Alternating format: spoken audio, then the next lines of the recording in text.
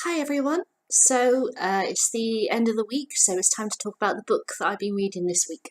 And this week was quite an interesting one because if you saw my videos last weekend, my review, I didn't do it because I was really upset because we'd suffered a family bereavement. And so it was quite ironic that the book that I chose from the jar happened to be this book, given what it's about. So the book I have been reading this week is Frankenstein by Mary Shelley, a book about the living and the dead, and the dead rising up, and yeah, interesting one to read this week. And I have to say, I found it.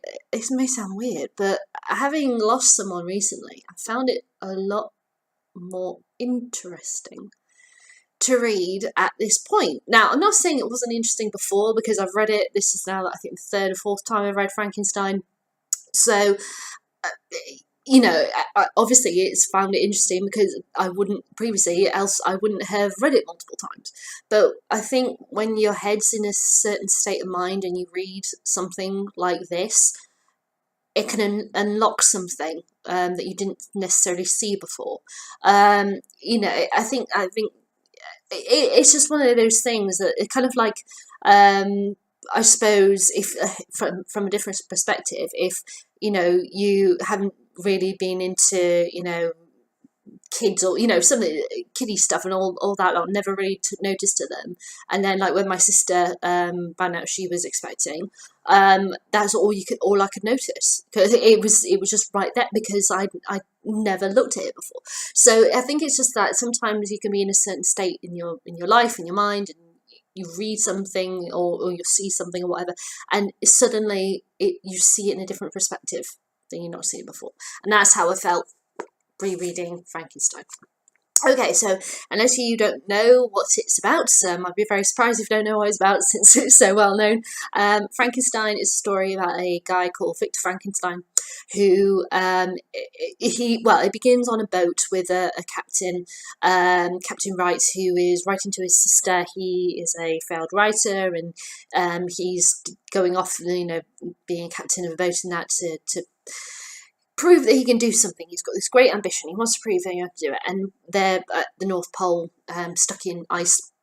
And whilst they're there, they find a sleigh with a very ill, emaciated man on it, who the crew take on board the ship, and he reveals himself to be Victor Frankenstein, a man who is chasing a creature. Now, and then from that point on, it's told from Victor's point of view about everything that happened. And Victor is a man who has always been obsessed with science since he was a kid. With his younger brothers and such, how he grew up in a really great environment, how his mum died relatively soon in his life, and how that affected him, and this questioning about the living and the dead and science. And at that time, if we think about it, it was 1831, I believe it was, when she first published it. Science was really coming into its own in Victorian time, and electricity had just arrived, and yeah, everybody kind of questioned it. There was a lot of speculation about it, what it could do.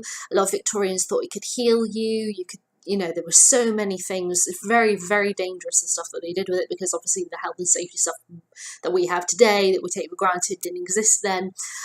But she wrote this piece about this man who uses it to bring a person back to life. Victor, gets together a load of body parts from different people who have recently died, touches them all together, and then brings this creature back to life.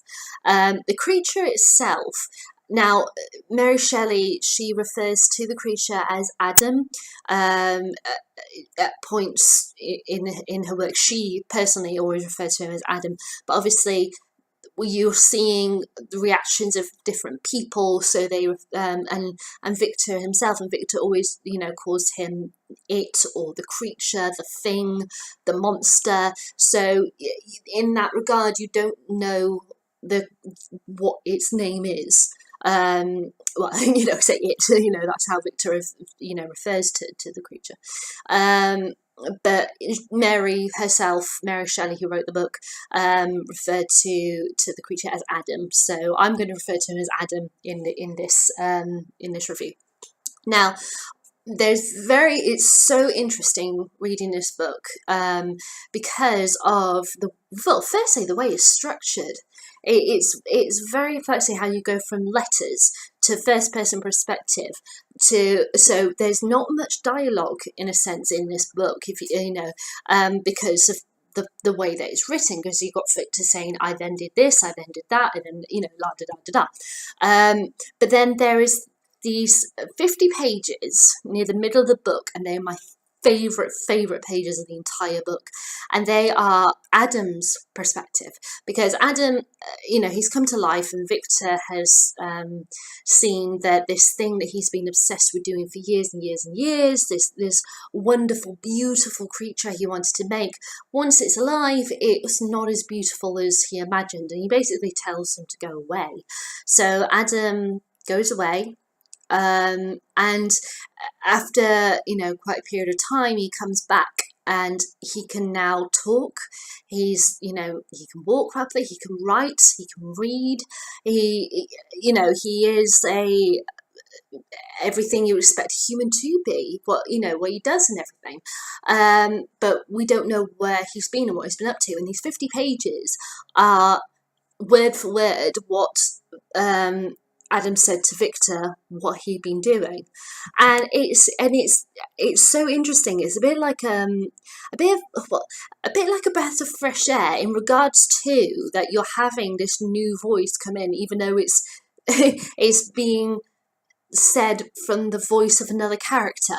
It's really strange, but the way in which it's written, it's so beautiful, and it's so eloquent, and it's so exact and to the point, but the way in which she has written this new voice and finding, because clearly Adam sees, you can tell this from the stories of what he's been through, how he learned to read and write and speak. He really sees the beauty in the world in a way that Victor doesn't, because I suppose there's that thing Victor is taken everything for granted. His obsession has been science and that, but he hasn't noticed what, the little things in life, the things that you can find beautiful. Whereas because the creature hasn't had that at all, everything is totally new to him. He's seeing all these beautiful, wondrous things for the first time, and he's expressing it in the most eloquent, beautiful words. It is absolutely extraordinary, those 50 pages, when you find out what he's been up to.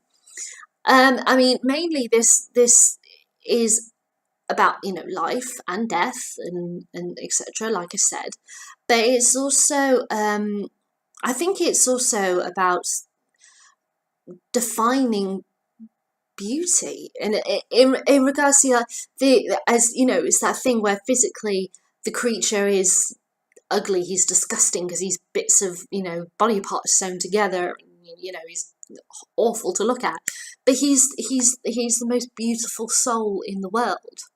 Whereas you can argue that Victor is a really beautiful, elegant man on the outside, but on the inside, to do this, he must be a really hideous guy.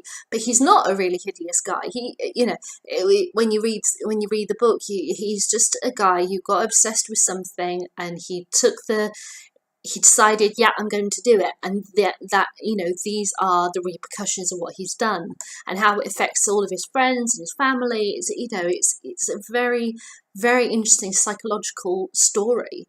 But I think I don't know, maybe it's just that thing also that at the time, as I said, because electricity was new, it was questioning science, or maybe not questioning science, but maybe showing the bad side of what things, where things can go and everything. And it's amazing how modern this piece still is, even though it was written in the early 1830s. The question of man versus God, in a sense, in regards to what control should man have over life. If you think about it, also at that time in the 1830s, religion was a very big deal. Whereas even though obviously religion is still prominent in today's culture, it's not, it's not a degree that absolutely everybody had to go to church, had to have religion, have to believe this, this, this, and this, as they did in Victorian society. We have, in a sense, choices to follow religion or not. So, this whole question of man versus God, I think in this modern society is very interesting question to ask. And I think it's also asking about how far can we go in regards to science and to humans. Where is the point where the boundary, where does it lie? Where do we say, no, you can't cross that boundary anymore? Because we keep pushing at it and pushing at it, pushing at it. And if you think about it today, how technology that we use today, even like 20 years ago, wasn't even be thought of. Or is, very, very crudely being done. And now we're at this, the point where we are, and we're still nudging it, and we want to go further and further and further and develop and develop. Where is the point where that boundary is crossed, where we shouldn't be doing this? And I love that that's, a big, big question of Frankenstein. Amazing that Mary Shelley came up with this when she started writing this when she was 18 and finished it when she was 20. It's an astonishing read. The way in which she's formed this is extraordinary. I'd recommend it to absolutely anybody. The other thing I would recommend also, if you're able to get hold of it, the BBC. Absolutely love radio plays. I think they're extraordinary. The BBC did one which is now in their classic radio sci-fi section. Of Frankenstein, which was originally published, I can't see it on the back here, but years ago, and it starred Michael Maloney as Frankenstein and John Wood as the creature. This is like one of my absolute top radio plays to listen to. It is absolutely extraordinary. It captures the book so well, tells the story beautifully. I really, really strongly recommend this to absolutely anyone. So if you're able to get a hold of a copy, you want to listen to it, do, because it's brilliant. Okay, so I'm going to stop there because I've been going on for 12 and a half minutes now.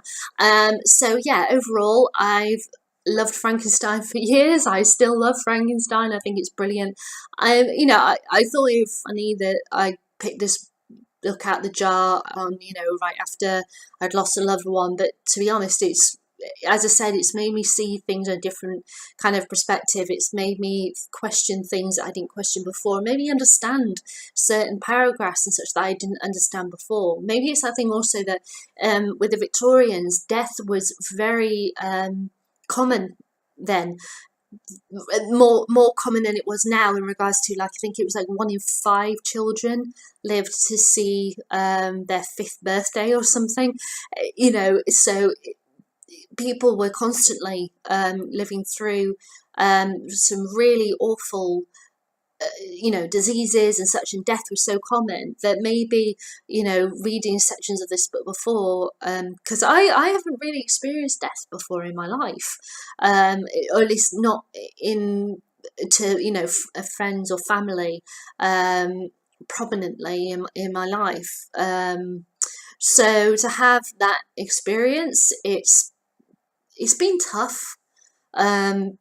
But yeah, it's kind of opened my eyes a bit more to certain parts of Frankenstein and things that he's asking and emotions that Frankenstein feels at certain points in the book. It really caught me off guard, and I felt a lot of emotion reading this week. But yeah, I enjoyed it. It was great. Alright then, I'm going to stop there. So, as usual, I'll do another video announcing what book I'm going to be reading next week. And I will see you guys soon. Alright, bye!